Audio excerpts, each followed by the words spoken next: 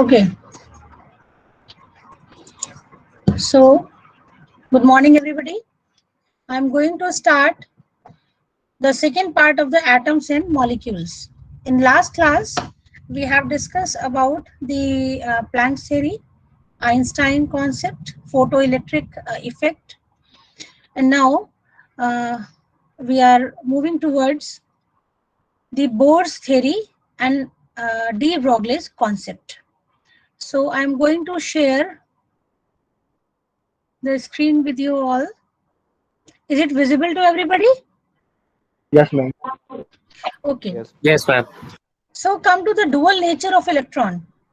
See, Bohr ने क्या concept दिया था कि according to Bohr कि energy of hydrogen electron was quantized, but he was failed to explain the reason behind it. देखिए जो बोर एटम के अकॉर्डिंग क्या है, जो न्यूक्लियस है that contains positive charge, that contains protons and neutrons, and electrons are revolving around the nucleus. So hydrogen atom is one electron. तो electron के लिए उन्होंने क्या कहा हाइड्रोजन के लिए कि एनर्जी जो है वो इसकी क्वांटाइज्ड एनर्जी है, यानी कि इलेक्ट्रॉन्स जो भी इलेक्ट्रॉन्स किसी भी एटम में है they are at fixed distance from the nucleus.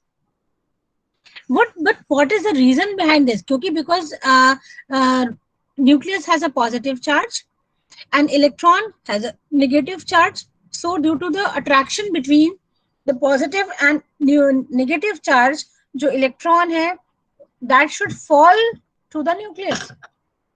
हो जाना चाहिए कि नहीं भाई, पॉजिटिव और नेगेटिव चार्जेस हैं, they will attract to each other. तो इलेक्ट्रॉन को जो है वो न्यूक्लियस में गिर जाना चाहिए, लेकिन ऐसा नहीं होता. तो बोर ने कॉन्सेप्ट तो दिया, but he was failed to explain the reason behind this कि why is the energy of hydrogen electron is quantized and why is the electron in a Bohr atom restricted to orbiting the nucleus at a fixed distances. And de Broglie solved this mystery. He gave reason for this. De Broglie, what he reasoned? He reasoned that if light waves can behave like particle. देखिए de Broglie ने किसका concept use किया? Planks और Einstein दोनों को combine कर दिया. De Broglie solved this mystery using the Einstein and Planck's theory. He reasoned, Planck's के अकॉर्डिंग क्या था? एनर्जी जो है वो किस फॉर्म में होती है? एनर्जी बंडल्स की फॉर्म में होती है. And this smallest form of energy is called as quantum. Einstein ने क्या कहा कि a beam of light is a stream of particle. जो लाइट की बीम है वो क्या है? पार्टिकल. और इनके अकॉर्डिंग प्लैंक्स के अकॉर्डिंग इलेक्ट्रोमैग्नेटिक वेव के फॉर्म में क्या होता है? रेडिएशन होता है. जो एनर्जी जो लाइट एमिट होती है वो किस फॉर्म में होती है? In the form of electromagnetic radiation. तो ये वेव हो गया, लेकिन इसकी जो एनर्जी होती है इन वेव्स की वो क्या होती है? एक एनर्जी बंडल की फॉर्म में, डिस्क्रीट एनर्जी प्रोसेस करते हैं दीज इलेक्ट्रोमैग्नेटिक रेडिएशन. तो these were called as quantum. But Einstein ने क्या कहा कि a beam of light is a stream of particle and energy is ये क्या है? These particles are called as photons. तो आइंस्टाइन के according E is equal to mc square और प्लैंक्स के according energy of one quantum is E is equal to h nu. तो de Broglie ने इन दोनों कॉन्सेप्ट को यूज करके ही reason that if light waves can behave like a particle stream, then perhaps particles such as electron can possess wave properties. कि अगर light wave जो है वो पार्टिकल की तरह बिहेव कर सकते हैं, तो जो इलेक्ट्रॉन है यानी कि जो पार्टिकल है, particle such as electron can possess the wave properties. ये भी इसके पास ये जो है वेव प्रॉपर्टीज एग्जिबिट कर सकता है. एन इलेक्ट्रॉन मैम हाँ मैम डी ब्रोगली ने जो ये बात कही थी इसको मैम हम इलेक्ट्रॉन से कैसे रिलेट कर सकते हैं? मतलब जो पहले बोर्ड ने कहा था उस बात को इससे कैसे रिलेट कर सकते हैं? देखिए यहाँ पार्टिकल की बात हो रही है. एक्चुअली फिर हमको बोर थ्योरी पूरा डिस्कस करना पड़ेगा. बोर थ्योरी किसके लिए था? कि एक पार्टिकल के लिए, इलेक्ट्रॉन के लिए. कि एटम जो है, बोर एटम क्या है, पॉजिटिव चार्ज है न्यूक्लियस में, और इलेक्ट्रॉन जो है वो मूव कर रहे हैं। अब आइंस्टाइन ने क्या कहा कि ये जो लाइट पार्टिकल्स हैं, दीज आर लाइट पार्टिकल्स, क्या है, फोटोन, फोटो इलेक्ट्रॉन्स। आइंस्टाइन के अकॉर्डिंग क्या है, जो फोटो इलेक्ट्रिक इफेक्ट था, फोटो इलेक्ट्रिक इफेक्ट में क्या था, जैसे ही आप लाइट डालते हो किसी मेटेलिक सरफेस पे, when any metallic surface is expose to light radiation, ejection of electron occur. तो इजेक्शन ऑफ इलेक्ट्रॉन क्यों हो रहा है, मेटल सरफेस से इलेक्ट्रॉन क्यों बाहर आ रहा है, क्यों बाहर आ रहा है, क्योंकि जो फोटोन की एनर्जी है, photon is a photo electron. भाई आइंस्टाइन के अकॉर्डिंग क्या था, beam of light is a stream of particle, यानी कि जो उसमें ट्रेवल कर रहे हैं पार्टिकल, वो क्या है, फोटो इलेक्ट्रॉन्स। और वो मेटल से इलेक्ट्रॉन को इजेक्ट कर रहा है, कैसे इजेक्ट कर रहा है, क्योंकि उसकी एनर्जी क्या है, जब वो कितनी एनर्जी देते हैं भाई, एनर्जी कितनी होनी चाहिए, थ्रेश होल्ड एनर्जी जब आप प्रोवाइड करते हो, थ्रेश होल्ड एनर्जी क्या है, मिनिमम एनर्जी रिक्वायरमेंट इलेक्ट्रॉन के इजेक्शन के लिए, तो वो तभी स्पेस ले पा रहे हैं जब इलेक्ट्रॉन को इजेक्ट कर रहा है ना। और आइंस्टाइन का कौन सा मास और कौन सा रिलेशन, एम सी स्क्वायर, कि जब कोई पार्टिकल मूव कर रहा होता है ना, जैसे E is equal to M C squared, का मतलब क्या है, एनर्जी किसकी, मूविंग पार्टिकल की। भाई C is the speed, speed of particle.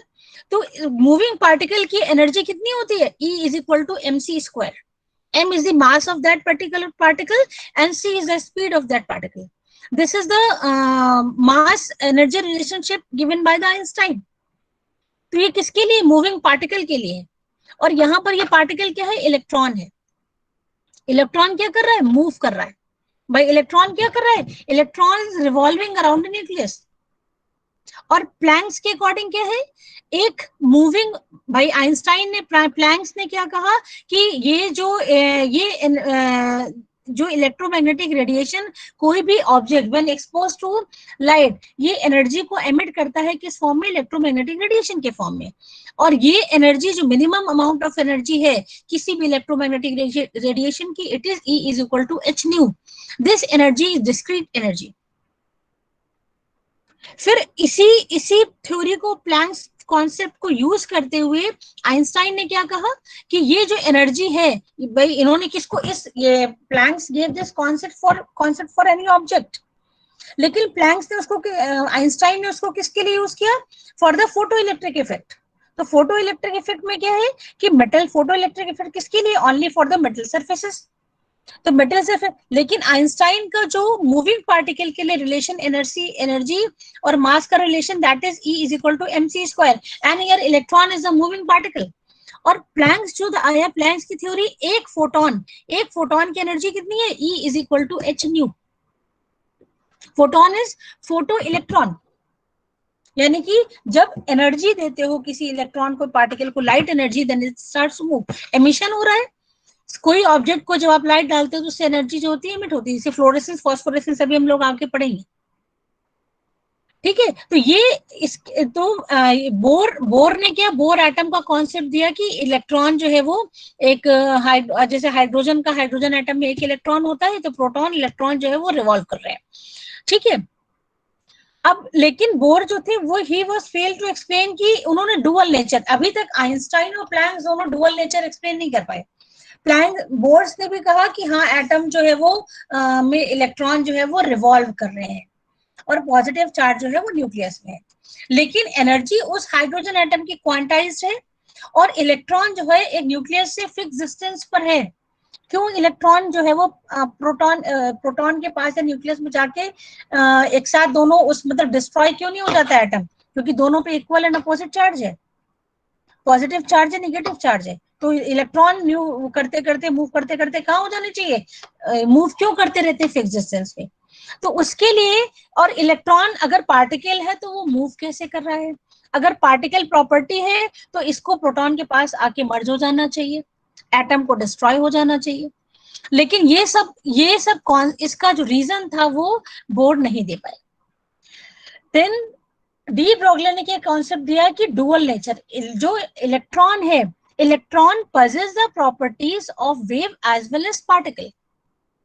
उसके लिए इन्होंने प्लैंक्स और आइंस्टाइन थ्योरी को यूज किया। तो कैसे कि an electron bound to the nucleus behave like a standing और stationary wave, the wave which do not travel. जैसे सर्कुलर आपका ऑर्बिटल है तो वेव जो होगी that must fit to the length of wave must fit to the circumference of the orbital. जितना length है wave का सर्कमफेरेंस है उस सर्कमफेरेंस में ही वेव जो है पूरा फिट हो जाएगी। अगर उससे आगे जाएगी तो कैंसिल आउट करने लगेंगे अपोजिट डायरेक्शन की वजह से। तो electron bound to the nucleus behave like an standing और stationary wave. Stationary wave means which do not travel, क्योंकि अगर ट्रैवल करेगी तो फिर कैंसिल आउट हो जाएगी, एग्जिस्टेंस ही नहीं बचेगा। And the length of the wave must fit the circumference of the orbit exactly, otherwise the wave would partially cancel itself on each successive orbit. अब ये circumference, he gave a relation between, उन्होंने circumference और wavelength को कैसे associate किया कि 2 pi r is equal to l lambda. What is lambda? Lambda is the wavelength. What is wavelength? The distance between two maxima or two minimum is called wavelength. तो जो circumference है 2 पाई are, orbital का जो circumference है वो circumference किसके equal है? L lambda. N यहाँ पर किसका है? एन इज इंटीजर 1 2 3 शेल को रिप्रेजेंट कर रहा है, first second third fourth like this. तो एक यानी कि जो आपका सर्कमफ्रेंस है that is equal to t l lambda, क्योंकि इलेक्ट्रॉन किस फॉर्म में एग्जिस्ट कर रहा है? वेव के फॉर्म में एग्जिस्ट कर रहा है।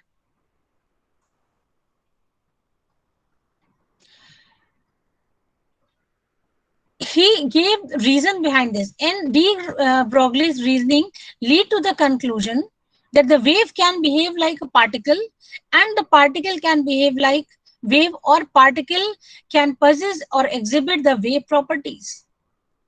And by using the Planck's and Einstein theory, he deduced a relationship between wavelength and mass. Wavelength that is associated with the wave property and mass that is associated with the mass and velocity associated with the particle property. Now come to the derivation. So what he said, de Broglie, कि अगर wave में particle property है तो particle must exhibit the wave properties. यहां पर बात किसकी हो रही है? Small particle like electron.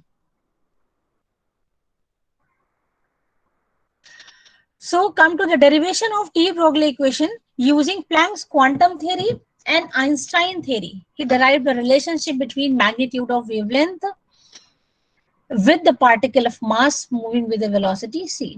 So Planck's के according एक फोटोन की एनर्जी कितनी है? Energy of one electron, one photo electron is equal to h nu। ये वेव प्रॉपर्टी हो गई, क्योंकि किसी भी ऑब्जेक्ट से जो एनर्जी रिलीज होती है जब उसको लाइट देते हो तो उसमें से जो एमिशन होता है एनर्जी का किस फॉर्म में होता है? इलेक्ट्रोमैग्नेटिक रेडिएशन के फॉर्म में। And minimum amount of that electromagnetic radiation is equal to h nu, that is called quantum. जो इलेक्ट्रोमैग्नेटिक रेडिएशन है according to Planck's, energy of electromagnetic radiation is in the form of discrete energy bundles, and the minimum amount of that energy is called as h nu. And according to Einstein mass energy relation, E is equal to mc square। किसी भी moving particle की energy क्या होगी? E is equal to mc square. तो from these two equation, अब इसमें particle और wave दोनों की एनर्जी है। So on comparing 1 and 2, equation 1 and 2 क्या हो जाएगा? mc square is equal to h nu. What is nu? Nu is the frequency, that is equal to c upon lambda. तो mc is equal to h upon lambda. mc that is called the momentum. c is the speed or velocity of electron. तो lambda is equal to h upon p or h upon mc or mv. Now this equation is called the de Broglie equation, which actually explains the wave particle duality. इसके according क्या है? जो electron है उसमें wave और particle दोनों की properties है, तभी यहाँ पर मास और वेलोसिटी भी है और वेवलेंथ है। वेवलेंथ पार्टिकल की किसके इक्विवेलेंट होगी? Planck's constant divided by momentum of that particle. Now this de Broglie equation is true for all particles, but the wave aspect is of significance only with very small particles like electrons. I have given one example कि actually I am talking about the significance. तो जो आपका D Broglie concept है, ये concept is true for all particles, चाहे वो बड़ा हो चाहे स्मॉल हो, माइनर मेजर कोई भी पार्टिकल हो उसके लिए एप्लीकेबल होगा. But the wave aspect is significance only with the very small particles like electron. देखिए पार्टिकल की अगर बात करें तो यहाँ पर I have given two example. One is the cricket ball and in second example electron. तो बॉल को भी जब आप थ्रो करते हो तो वो भी मूव करती है, that has mass and speed when it moves. तो जब हम इसकी बात करेंगे तो ये वेवलेंथ की पार्टिकल तो ठीक है, बट वेवलेंथ की जब बात करेंगे तो क्या होगा, वेवलेंथ इतना कम आएगा कि इसको आप मेजर ही नहीं कर पाओगे, है ना. तो ये तो this de Broglie concept is not true for the particles. See the example. A cricket ball of mass 200 gram is moving with a velocity of 100 meter per second. Calculate the de Broglie wavelength. Cricket ball is considered as a particle here, but it is not a small particle. It is moving with a speed, having some mass. So when we calculate the wavelength, it is 3.3125 into 10 to the power minus 35 meter. And my 10 to the power minus 35 meter, this quantity is too small to measure. So this concept is not significance to the has no significance to the large particle. When we come to the electron, जब electron की बात करते हैं तो electron here is an electron having mass 9.11 into 10 to the power minus 31 kg. It is moving with a speed of 6 into 10 to the power 6 meter per second. Calculate the de Broglie wavelength. De Broglie wavelength क्या है? h upon mv. Wavelength, when you calculate the wavelength for this small particle, it is 1.21 into 10 to the power minus 10 in angstrom. So this quantity can be easily measured. So these are the examples to explain the significance of de Broglie concept only to the significance of de Broglie concept to the small and large particles. So you can see here that wave particle concept is true for all, but the wave concept is true only for the small particles. Next is the Heisenberg's uncertainty principle. देखिए Heisenberg gave the uncertainty principle. Uncertainty in terms of what? In terms of position of particle and the momentum of a body. So Heisenberg uncertainty principle states that it is impossible to determine both position and momentum of a body simultaneously with perfect accuracy. Error in position into error in momentum is equal to or greater than h upon 4 pi h is the Planck's constant. तो according to Heisenberg, कोई भी moving body की एक particular point पर exact position और momentum बता पाना impossible है. कोई भी बॉडी जो मूव कर रही है उसका एक पर्टिकुलर पॉइंट पर उसकी एग्जैक्ट पोजीशन और उसी समय उसका मोमेंटम, दोनों चीजें एक साथ बता पाना इम्पॉसिबल है.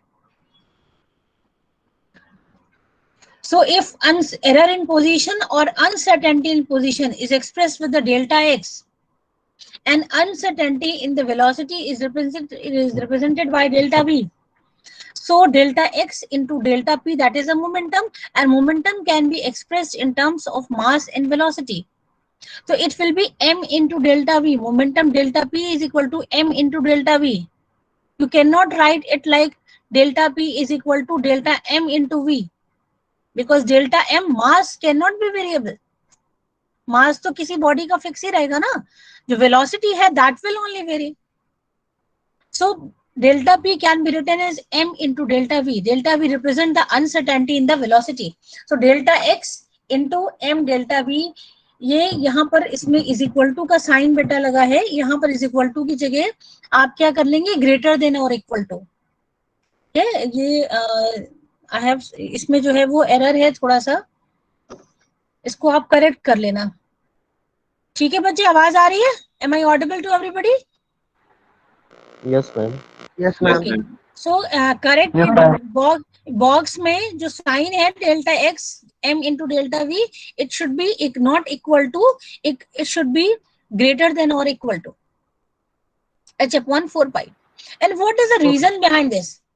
क्या रीजन है कि किसी एक पर्टिकुलर पॉइंट पे जो है पोजीशन और मोमेंटम एक साथ नहीं, एक परफेक्ट एक्यूरेसी के साथ नहीं बताया जा सकता है? क्यों? देखिए ऑप्टिक्स प्रिंसिपल के अकॉर्डिंग क्या है कि measurement of position of particle depends on the wavelength of light used. कोई भी पार्टिकल जब मूव कर रहा है, उसको देखने के लिए, स्मॉल पार्टिकल है, उसको देखने के लिए लाइट की जरूरत पड़ेगी। ठीक है, तो एक पर्टिकुलर वेवलेंथ की लाइट यूज करी जाएगी। और you can say uncertainty in position is expressed in terms of plus minus delta. Plus mean increase or decrease. और पोजीशन की अनसर्टेनिटी डिक्रीज करने के लिए शॉर्टर वेवलेंथ की रेडिएशन देनी पड़ेगी। these are the principle of optics. कि to decrease the uncertainty in position, यानी कि स्पीड को कम करने के लिए क्या करना पड़ेगा, और शॉर्टर वेवलेंथ, ज्यादा एनर्जी की लाइट प्रोवाइड करनी पड़ेगी। अनसर्टेनिटी पोजीशन की अनसर्टेनिटी मींस मूव कराने के लिए। पोजीशन सर्टेन होगी तो मॉलिक्यूल जो आपका पार्टिकल है वो रुक जाएगा, तो उसको मूव कराने के लिए अनसर्टेनिटी डिक्रीज पोजीशन के लिए क्या, जो shorter wavelength radiation can be employed. Shorter wavelength means higher energy,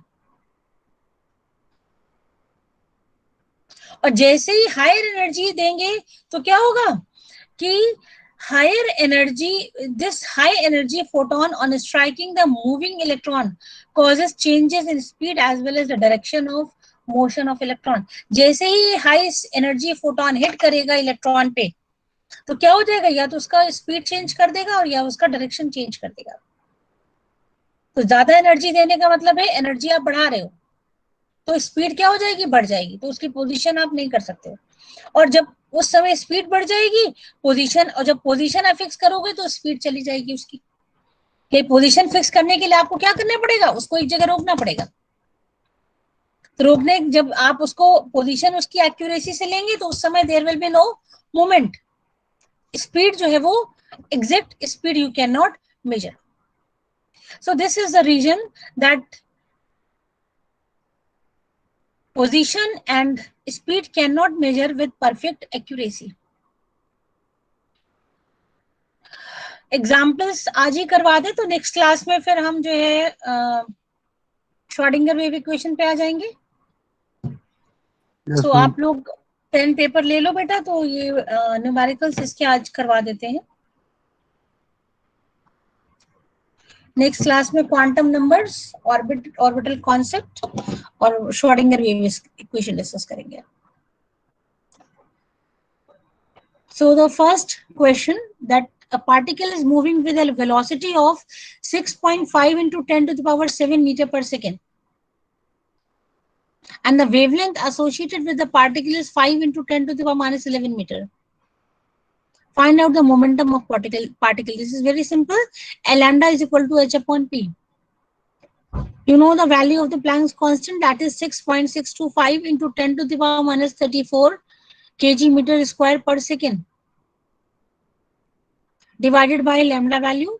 So momentum is 1.25 into 10 to the power minus 23 kg meter per second. Next question is to calculate the momentum of a particle which has a de Broglie wavelength 1 angstrom. This is a similar question as the first we have done. Now come to the example 5. In this, a moving electron has 4.55 into 10 to the power minus 25 joule of kinetic energy. Calculate its wavelength. And mass of electron is given 9.1 into 10 to the minus 31 kg, and Planck's constant is given. Only what is given? The kinetic energy. Kinetic energy क्या होती है? Kinetic energy is half mv square. So half mv square is given, that is 4.55 into 10 to the power minus 25 joule.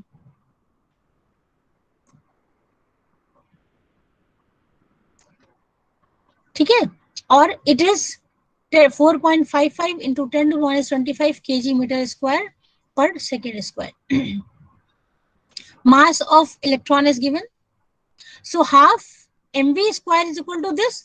So half m ki put the value of m, half into 9.1 into 10 to the minus 31 kg.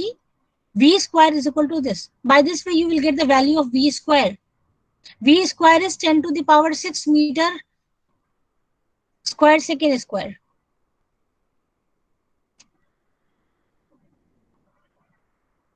So find the value of V.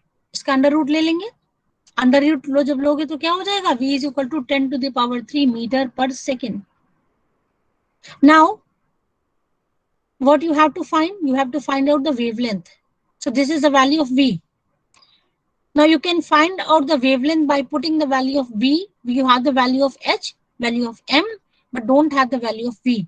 So you, by putting the value of V, speed, you can find out the wavelength by the de Broglie equation, that is lambda is equal to H upon mv. It is 7.25 into 10 to the power minus 7 meter. कोई बच्चा ऐसा है जिसको समझ नहीं आ रहा है? Okay, come to the example 6. How many photons of light having a wavelength of 4000 angstrom are necessary to provide 1 joule of energy? What is asked in the question? कि 4000 angstrom wavelength की light को 1 joule energy provide करने के लिए how many photons are required? So you have to find out the number of photons of wavelength 4000 angstrom to produce the 1 joule of energy. So energy of 1 photon is, first of all, क्या करोगे? You will find the energy of 1 photon. When you find the value of energy of 1 photon, then by dividing this 1 joule, एक photon कितनी energy दे रहा है? और 1 joule energy के लिए कितने photon required होंगे? तो 1 joule को क्या करेंगे? Divide कर देंगे by the energy of 1 photon. So first of all, find the energy of 1 photon. It is equal to E is equal to Sc upon lambda. So energy of 1 photon is 4.97 into 10 to the power minus 19 joule. बेटा आप लोग करते जाना pencil से, देखोगे तो practice नहीं हो पाएगी. We have ample of time, so just do the numericals on your notebook. So here the energy of 1 photon की energy किस photon की? whose wavelength is 4000 angstrom. So energy of 1 photon of light having wavelength 4000 angstrom is equal to 4.97 into 10 to the power minus 19 joule. Now the number of photons required to provide this energy. So 1 joule energy को किससे divide कर देंगे? एक photon की energy से. Total energy divided by photon of energy of 1 photon will give you the number of total photons, that is 2.01 into 10 to the power 18 photons. There may be some error in the calculation, तो हो सकता है आप जब निकालो तो थोड़ा बहुत पावर्स में या कहीं वैल्यू में आपका आंसर थोड़ा सा चेंज आए. It doesn't mean कि ये बुक के एग्जाम्पल है तो these are accurate. There are some calculation mistakes. Even you can see the major calculation mistakes. So your answer will be more correct. Next example is an electromagnetic radiation of wavelength 240 nanometer is just sufficient to ionize sodium ion. Calculate the ionization energy of sodium atom in kilojoule per mole. Sodium atom को ionise करने के लिए 242 nanometre की wavelength radiation is sufficient. ठीक है, अब क्या निकालना है कि सोडियम एटम को आयोनाइजेशन करने के लिए कितनी आयोनाइजेशन एनर्जी चाहिए। तो एनर्जी किसकी, जो ये 242 नैनोमीटर वेवलेंथ है सफिशिएंट, इस वेवलेंथ से कितना एनर्जी प्रोड्यूस हो रही है, यही तो एनर्जी हो जाएगी कि ये जो 242 नैनोमीटर है ये कितना एनर्जी प्रोड्यूस कर रहा है। इसकी एनर्जी कैसी, E is equal to Hc upon lambda symbol. एक फोटोन की एनर्जी कितनी है, Hc अपॉन लैम्डा। तो ये Hc अपॉन लैम्डा से जो वैल्यू आ रही है it is only for one photon, one atom. ठीक है, 8.21 इंटू 10⁻19 जूल पर एटम। अब एक एटम इतनी एनर्जी प्रोड्यूस कर रहा है, तो जो सोडियम आयन है, ठीक है, जो सोडियम आयन है उसमें कितने नंबर ऑफ एटम्स पर मॉलिक्यूल है, एक मॉलिक्यूल में कितने एटम है। तो इसको क्या करेंगे, एक एटम की एनर्जी को will multiplied with the Avogadro number, that is the 6.02 into 10 to the power 23 atoms per mole. तो energy of one atom, energy required to ionize one atom, एक फोटोन एक एटम को, तो energy required to per atom is the 8.21 to 10 to the power -19 joule. अब sodium molecule ion के लिए, molecule को ionise करने के लिए, ठीक है, आयोनाइज सोडियम एटम कितने टोटल नंबर ऑफ मॉलिक्यूल्स है, वो क्या हो जाएगा, इस एटम को किस में कन्वर्ट करेंगे, एवोगाड्रो से नंबर से मल्टीप्लाई कर देंगे, then you will get the value to ionize the sodium atom. किस में निकालना है, किलो जूल पर मोल में। So this is the energy in kilo joule per mole. Avogadro number से क्यों मल्टीप्लाई किया गया है इसको? Next energy, somebody saying something? Ma'am Avogadro number से क्यों मल्टीप्लाई किया गया था बाद में? बेटा मॉलिक्यूल एवोगाड्रो नंबर से इसलिए कर रहे हैं, देखो क्वेश्चन में क्या पूछा गया है, what is asked in the question, energy किसमें पूछा गया है, calculate the ionization energy of sodium ion in kilo joule per mole. Question देखो, क्वेश्चन में क्या पूछा गया है, sodium ion in kilo joule per mole, तो मोल में कन्वर्ट करने के लिए एवोगाड्रो नंबर से तो मल्टीप्लाई करना पड़ेगा ना। ओके मैम, है ना, जब तक इसको एवोगाड्रो नंबर से मल्टीप्लाई नहीं करोगे तब तक मोल्स में कैसे आएगा, ये तो एनर्जी पर एटम में आ गई। एक फोटोन की एनर्जी है E is equal to Hc upon lambda, तो ये इस वेवलेंथ के लिए एक फोटोन के लिए होगी, एक एटम के लिए, है ना। मोल्स में अगर आपसे क्वेश्चन नहीं पूछा होता तो ठीक था, but question is asked sodium atom in kilo joule per mole, so convert it into the mole, Avogadro number से मल्टीप्लाई करना पड़ेगा। नेक्स्ट क्वेश्चन इज, सोडियम का तो काम इसमें कहीं नहीं है, इसका मतलब किसी भी एलिमेंट के लिए सेम होगा। क्या चीज मैम सोडियम का तो इसमें कहीं काम ही नहीं है, इसका मतलब ये किसी भी एलिमेंट का ये इतना ही होगा। एनर्जी देखो, फोटोन की एनर्जी, सोडियम का कोई काम नहीं है, सोडियम का कोई काम नहीं, सोडियम के काम के लिए वेवलेंथ इज रिक्वायर्ड, है ना। सोडियम को आयोनाइज करने के लिए एनर्जी सोडियम की नहीं है, this is the energy of ये किसकी, जो वेवलेंथ, जो लाइट है, किस वेवलेंथ की लाइट है, 240 नैनोमीटर की, ये एनर्जी। देखिए सोडियम मेटल को आयोनाइज करने के लिए, सोडियम आइटम को आयोनाइज करने के लिए जो एनर्जी रिक्वायरमेंट है, that is provided by the electromagnetic radiation of wavelength 242 nanometre. तो एक एटम के लिए एनर्जी रिक्वायरमेंट कितनी है, E is equal to Hc upon lambda. ये एनर्जी किसकी है, this is the energy of photon, and this energy is required by the sodium atom to ionize. बात समझ गए मेरी, ये क्या है कि सोडियम एटम को आयोनाइज करने के लिए 240 nanometre any wavelength is sufficient. तो 240 नैनोमीटर वेवलेंथ का मतलब क्या हुआ कि सोडियम आयन का आयोनाइजेशन ऐसे थोड़ी ना होगा, वेवलेंथ मींस द एनर्जी। तो जो लाइट प्रोवाइड करी जा रही है उसकी एनर्जी कितनी है, Hc upon lambda, but it is asked in the question कि calculate the ionization energy of sodium atom in kilo joule per mole. बात किसकी हो रही है? एक एटम के लिए। एक एटम के लिए कितनी एनर्जी सफिशिएंट है? 242 नैनोमीटर। Question में it is not given that 242 nanometer is just sufficient to ionize 1 mole of sodium. ये तो नहीं दिया है ना क्वेश्चन में. What is given in the question? कि एक सोडियम एटम को आयोनाइज करने के लिए this energy is sufficient. And what is asked in the question? Find out the energy, ionization energy of sodium atom in kilojoule per mole. यानी कि क्या पूछा जा रहा है कि एक मोल सोडियम एटम को आयोनाइज करने के लिए कितनी एनर्जी चाहिए.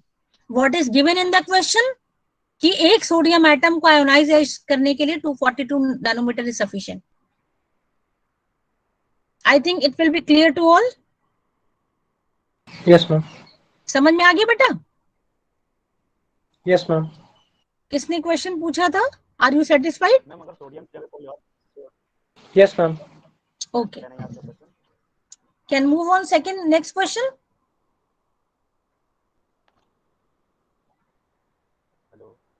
We can move on next question. Yes ma'am, continue. Okay. Next question is again the kinetic energy of a subatomic particle is given, that is a 5.85 into 10 to the power minus 25. Calculate the frequency of the particle wave. Particle wave means again the particle is moving in the form of wave. Particle का जो motion है वो किस form में है? In the form of wave. Particle having mass and it is moving in the form of wave.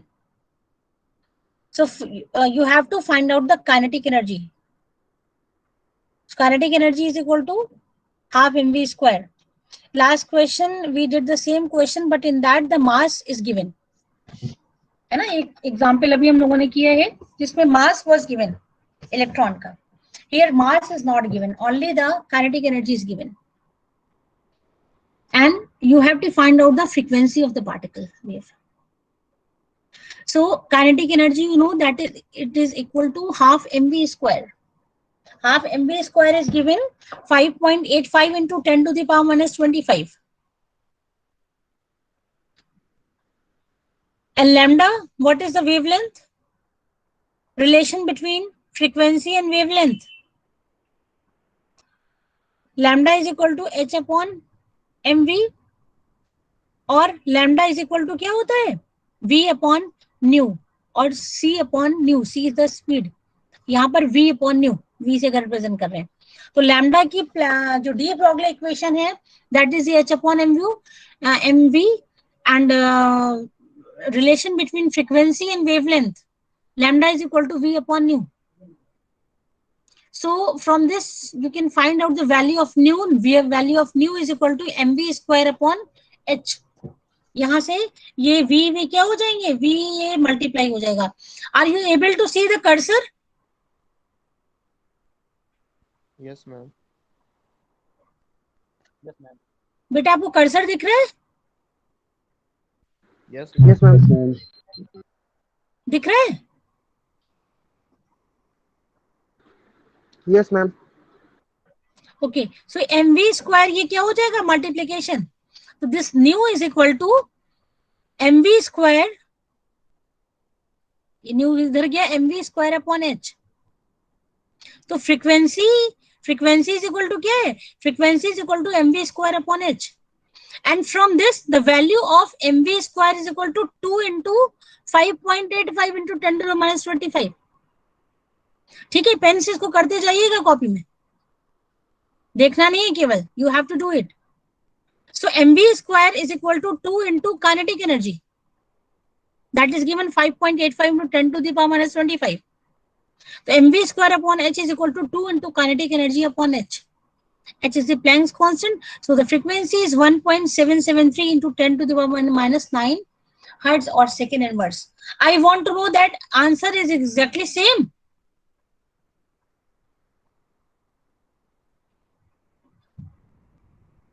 कोई बच्चा इसका मतलब कर ही नहीं रहा है. हाँ, देख रहे हो सब केवल. मैम आंसर यही आ रहा. I want to know the exact answer. I know that this answer is not accurate. 1.773 into 10 to the power 9, but it is not accurate answer. What is your answer?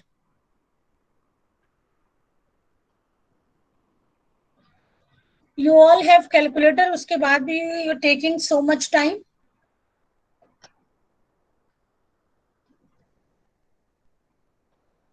Ma'am 1.7727 into 10 का power 9. Exactly. ठीक है, अब next question का भी answer बेटा आप बताओगे, है ना, क्योंकि जो ये है these are approximate answers. Next question ये भी सेम है, इसको भी आप देख लीजिएगा. मेरे ख्याल से I should move to the Heisenberg uncertainty principle questions. ठीक है, इसमें भी क्या है, calculate the kinetic energy of a moving electron which has a wavelength of 4.8 picometer. Mass is given, h is given. First of all, you have to find out the kinetic energy. In above questions, the kinetic energy was given and you will have to find out the wavelength or frequency. In this question, you have to find out the kinetic energy of moving electron and the wavelength of. देखिए जहां कहीं पर wavelength और moving electron दोनों की एक साथ बात आ जाएगी, it means you have to apply the de Broglie equation. ठीक है, जहां पर भी मूविंग इलेक्ट्रॉन और वेवलेंथ दोनों की बात होगी वहां पर आपको क्या करना है, डी ब्रॉगली इक्वेशन इंप्लीमेंट करना है, क्योंकि डी ब्रॉगली का ही कॉन्सेप्ट जो था dual nature of electron, wave और पार्टिकल दोनों कॉन्सेप्ट. सो यहाँ पर सबसे पहले क्या करना है, आपको lambda is equal to h upon m v से you have to find out the value of velocity, because h is given, mass is given and wavelength is given. So first you find out the velocity, then by putting the value of velocity in kinetic energy of electron, that is equal to half mv square, find out the value of kinetic energy. Now come to the next questions. Oh, इसमें Heisenberg's questions are not given. I am sending you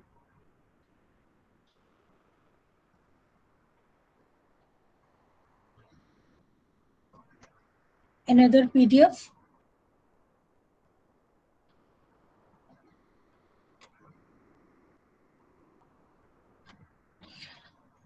चलो इसके ही एक दो questions और कर लेते हैं. De Broglie के नेक्स्ट क्लास जो है वो हाइजेनबर्ग्स का पीडीएफ आपको भेज के then start the questions. Come to the example 11. Calculate the wavelength of a tennis ball of mass 6 into 10 to the minus 2 kg in motion. The fastest serve in time is about 140 miles per hour or 62 meter per second. Comment on your result. What you have to find? देखिए यहाँ पर क्या है, the wave concept अभी आपको क्या बताया था, डी ब्रॉगली इक्वेशन जो है it has significance only to the particle. All it is true for all particles, but no significance for the large wave concept is true for all particles. ठीक है, small particle means the wave concept is significance only to the small particles. Here the question is given for the tennis ball. The mass of tennis ball is 6 into 10 to the power minus 2 kg in motion. The fastest serve is a 62 meter per second.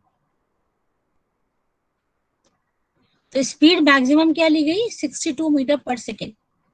Velocity, mass is given, Planck's constant. So you have to find out the wavelength. Wavelength is 1.78 into 10 to the power minus 34 meter. Now you have to comment. So comment में क्या आप करोगे, this wavelength is too small to measure. ठीक है, और wave particle जो है, wave properties of tennis ball can not be detected by any existing measuring device.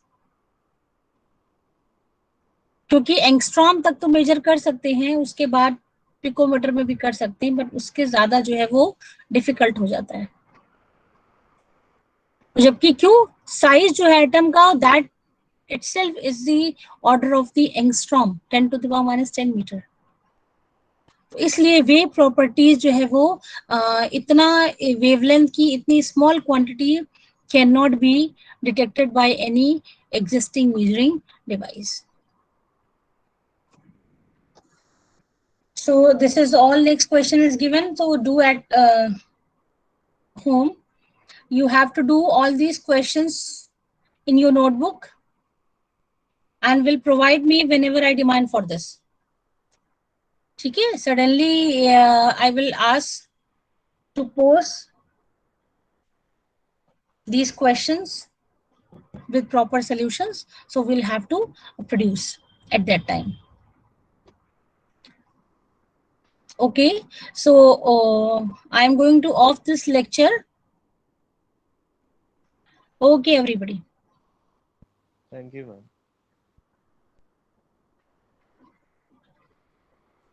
Thank you, ma'am. Thank you, beta. Thank you, Thank ma'am. you. ठीक है ma'am.